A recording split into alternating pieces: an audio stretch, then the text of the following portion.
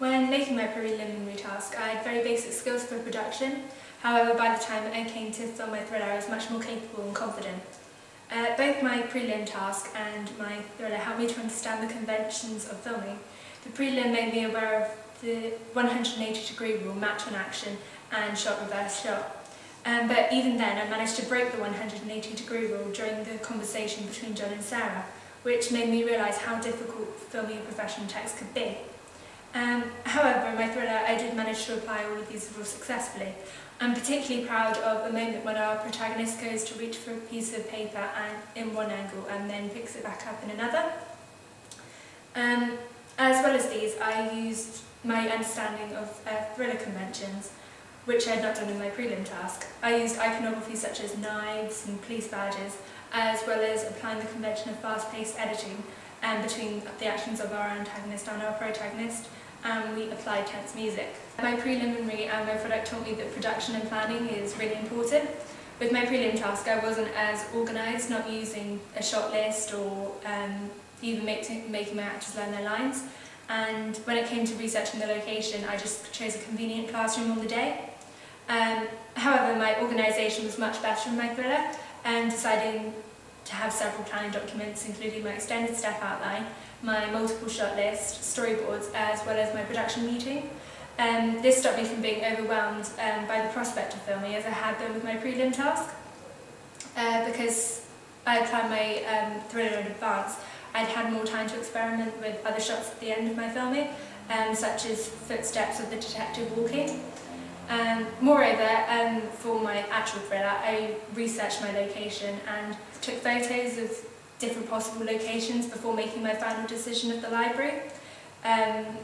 This allowed me to exploit it to its full potential, but I did not determine an audience for our prelim task as well.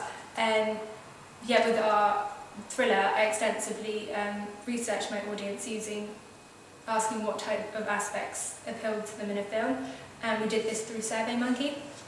Production skills vastly improved between my preliminary task and my product.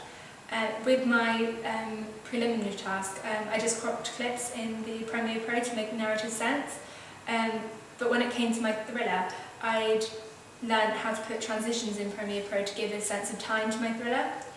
I also learned how to make credits and make them in the correct order of a professional text in Adobe After Effects, applying animations to make them appear and disappear and then overlay them over the footage. I also learned how to make Foley sounds with a recorder. For instance, I used a plastic bag to make diegetic sound of footsteps. But then I also had the option to put them into sound booth and be able to apply effects to make them sound more abstract. During the production of my prelim task, I was quite a tentative director, afraid to ask my actors to repeat any actions. However, producing my thriller, I learned to be more of a demanding director, which I think showed in the higher quality of my filming.